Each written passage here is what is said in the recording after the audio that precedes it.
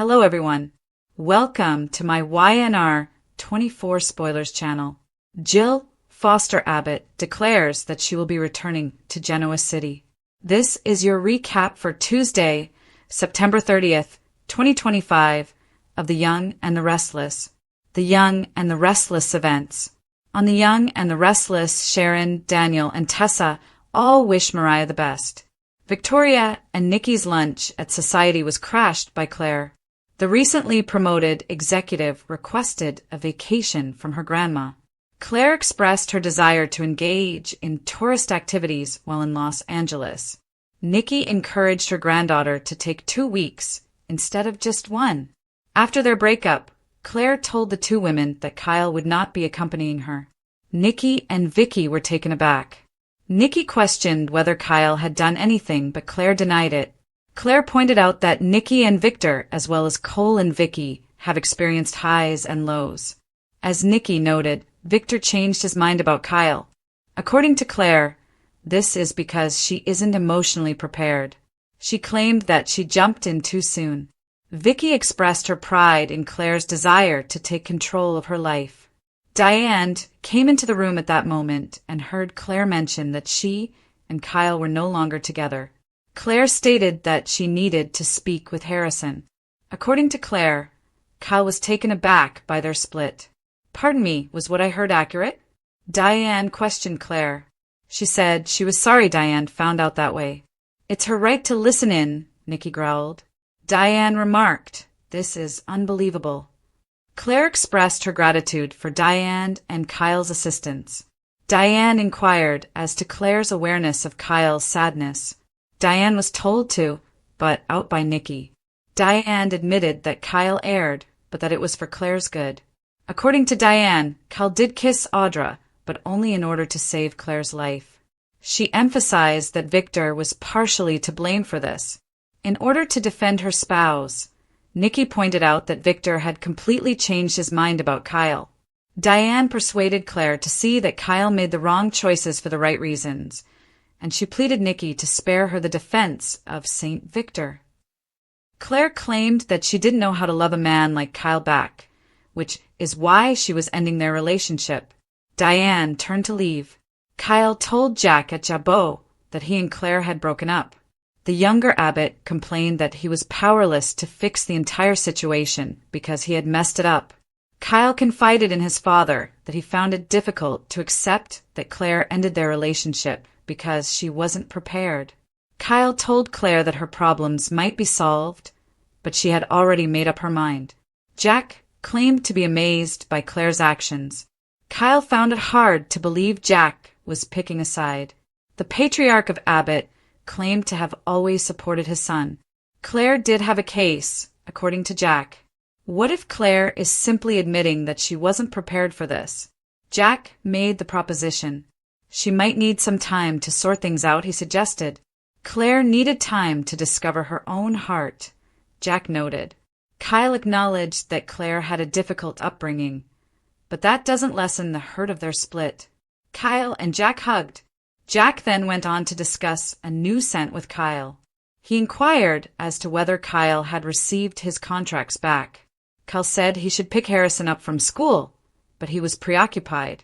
"I don't want to upset Harrison," Kyle remarked. At that moment, Diane came in with the lunch order she had picked up from Society. Diane informed her son that she was aware of the split and that she had met Claire. Claire's trip to Los Angeles caught Kyle off guard. Claire just wants to get away, Diane thought. Kyle claimed that Jack had previously delivered the Claire defense speech to him. He pondered whether Diane would also support her. Diane told Kyle she wasn't standing up for Claire. They might get back together. She just needed time. Kyle agreed with Claire's statement that this separation might not last forever. He moaned that she might find she never truly loved him. Diane pointed out that it would be preferable if Kyle learned about that right away rather than later. Vicky proposed that they pin their conversation while they were back at Society. Why travel to Los Angeles? Victoria asked her daughter. Holden would be present, Claire disclosed, and he ought to give her a tour. According to Nikki, she had met Holden once when he was known as Damien. Claire urged her grandmother to forgive him for that. Vicky cautioned Claire against making a hasty decision. Holden and Claire were merely friends, according to Claire.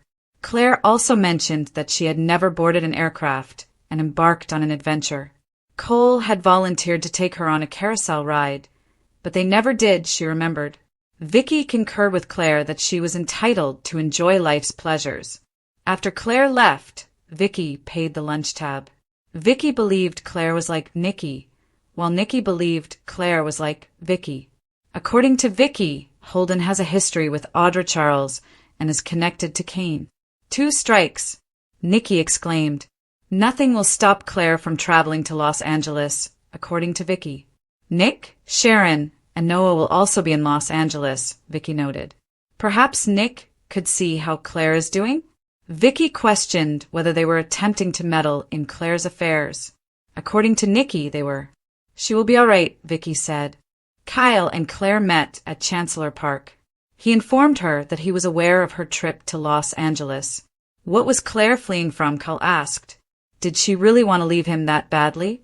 Claire admitted that Kyle was feeling unhappy. Kyle doubted that Claire comprehended. Claire clarified that her decision was personal. Retain? From where does that originate? After Kyle inquired as to if this was regarding Holden, Claire followed up. Kyle questioned whether Claire was abandoning him in order to hang out with Holden. Tessa informed Sharon at Crimson Lights that she would begin looking into Mariah's story. After giving it a lot of thought, Tessa assured a worried Sharon that this was the only way to keep her marriage intact. Whatever transpired, Mariah became a shell of her former self, Tessa observed.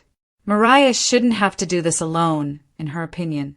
Sharon said she was glad Mariah had someone standing up for her. In order to stay in Genoa City and check on Aria, Sharon promised to postpone her trip to Los Angeles with Nick. Since Lucy would be checking in, Tessa replied that wouldn't be required and she had faith in the nanny. Tessa revealed that Daniel was accompanying her, but Sharon expressed worry that she was going alone. According to a reserved Sharon, she saw Daniel learning to play the guitar from Tessa. When Sharon asked about Lucy, Tessa replied that Danny would watch after her.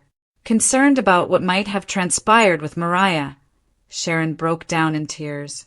Sharon wanted to help her daughter, but she wanted to let her figure it out on her own. Tessa was determined not to abandon the lady she loved. Sharon questioned Tessa about if she understood that if Mariah felt that Tessa had betrayed her, things could end badly. According to Tessa, she was prepared to take a chance. Although Sharon understood why Tessa had to take the necessary actions, she pointed out that Mariah might not share her perspective. Tessa stated that she needed to take action. When Daniel walked in, he heard Tessa remark that she would stop at nothing to assist Mariah. Daniel speculated that they would discover something undesirable, something that cannot be forgiven. Sharon pointed her that Tessa still had time to change her mind. Tessa declined. She was curious to know the truth. Sharon declared that she would stop arguing with Tessa. She begged Tessa to swear to be careful and wished her luck. To Jill's amazement, Sally was conducting a video conference on Billy's computer. Sally admitted to Jill that there was a serious issue and that she had fallen in love with her son. Sally had never changed, according to Jill. Sally retorted that she was merely attempting to win Jill over.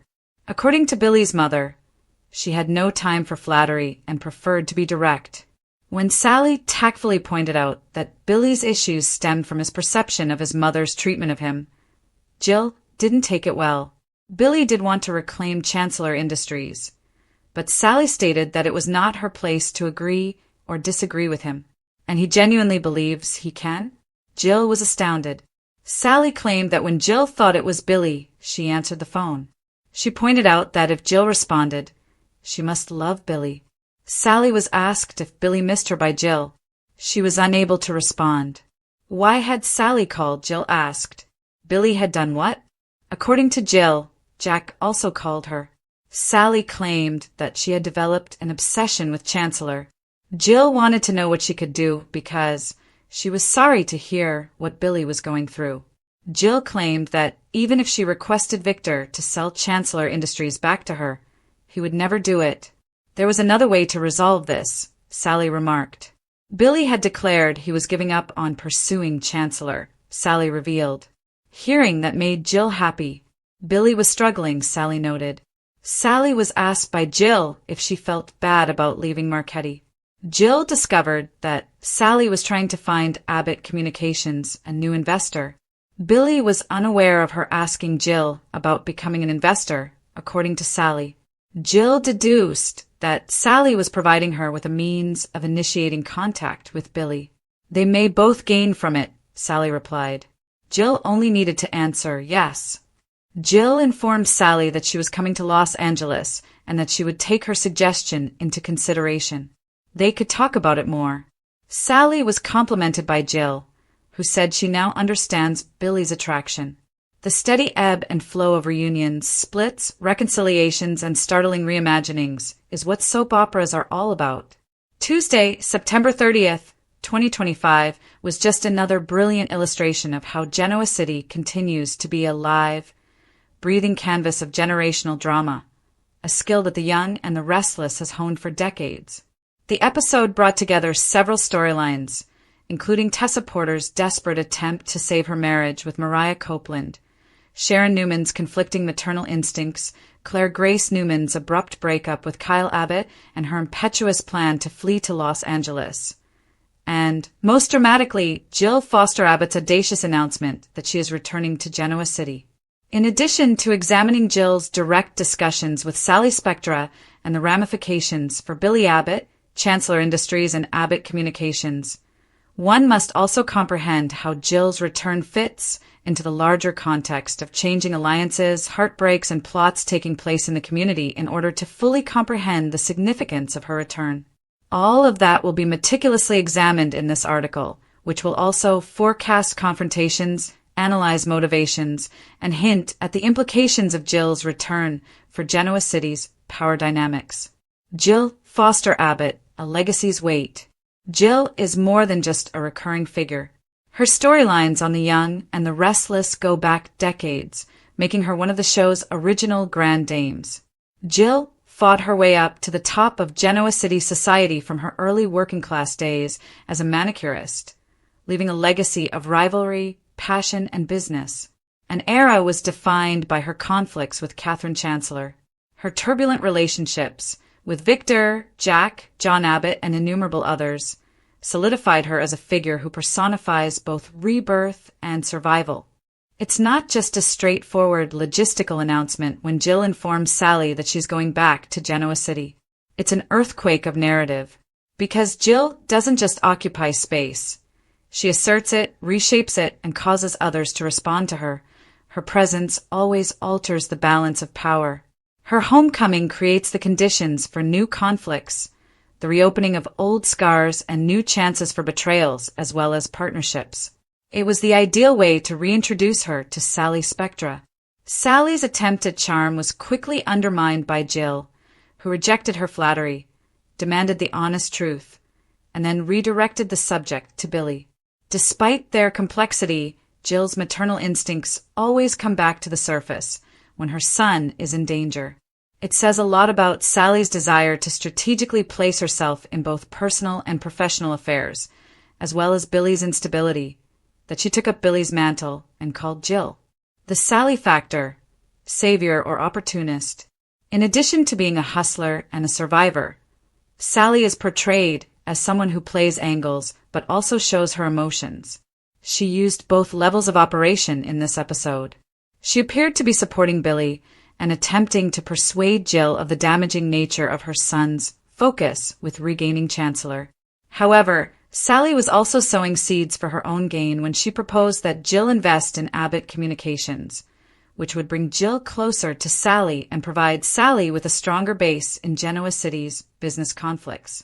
Jill's recognition of the two motives is what makes this scenario so brilliant. She criticized Sally for essentially attempting to use Billy's crisis to obtain funding, but she also recognized Sally's brilliance and drive. Jill changed from hostile to almost reluctantly admiring in a single exchange. Jill even gave Sally a compliment at the end, stating that she now knew what drew Billy to her. This was a win for Sally. Gaining Jill's regard, even if only hesitantly, is no easy task. However, the risk is obvious. Siding with Jill puts one in the same league as titans like Jack Abbott and Victor Newman. Sally's every action will be examined, contested, and put to the test thanks to Jill's return. Billy Abbott, the unpresented spark. The fact that Billy was the unseen power behind everything, even though he wasn't in the actual Jill-Sally scene, is almost poetic. Sally initially reached out to Jill because of Billy's downward spiral, which included his preoccupation with Chancellor, his recurrent failures, and his inability to achieve long-term stability. This drama is further compounded by Jill's complex relationship with her son. Billy has consistently looked to Jill for acceptance, while Jill has alternated between supporting him, berating him, and attempting to save him. Billy's detachment from both Jill and himself is highlighted by the fact that Sally had to act on his behalf. Therefore, Jill's return is probably going to lead to a confrontation in which the mother and son must face their common past of ambition, disappointment, and love. Will Billy be more stable or more rebellious as a result of Jill's presence? That is the crucial query, and there will undoubtedly be sparks because Sally is in the center. The breakup of Claire Grace Newman, an independent parallel story. Another plot point was just as important as Jill's comeback announcement, which made headlines. Claire's breakup with Kyle and her impromptu journey to Los Angeles. Thematically, Claire's path is significant because it somewhat reflects Jill's. Both women are claiming their autonomy. On their own terms, each are reorienting their lives. Additionally, both have repercussions from their connections to the Abbott men. Kyle was caught off guard by Claire's split and found it hard to accept that her justification, that she wasn't prepared, was the whole truth. Always the voice of cool wisdom. Jack reminded Kyle that sometimes being honest hurts, but is essential. For her part, Claire made it clear that she needed to discover who she was before committing to a relationship for which she wasn't prepared. The situation was given more depth by Victoria's parental counsel, Nikki's scathing remarks, and Diane's intervention. The main point, however, is obvious. Claire is forging her own route and isn't letting Diane's interference or Kyle's intensity control her decisions. A subplot full with possibilities is her journey to Los Angeles, supposedly for touristy things, and with Holden as her guide. Is she escaping heartache, seeking adventure, or inadvertently encountering more difficulties? Most likely all three. Love, secrets, and risk in the lives of Tessa, Mariah, and Sharon. Tessa's choice to look into Mariah's trauma in an effort to keep their marriage intact was another intensely touching theme in this episode.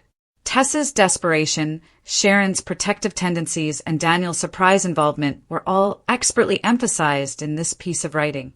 Love on this show is wild, self-sacrificing, and risky, and Tessa's promise that she would do anything to help Mariah encapsulated that essence. Sharon was wise to worry that Mariah may interpret this as betrayal, and it pretends emotional consequences regardless of what Tessa finds. It's interesting to have Daniel around.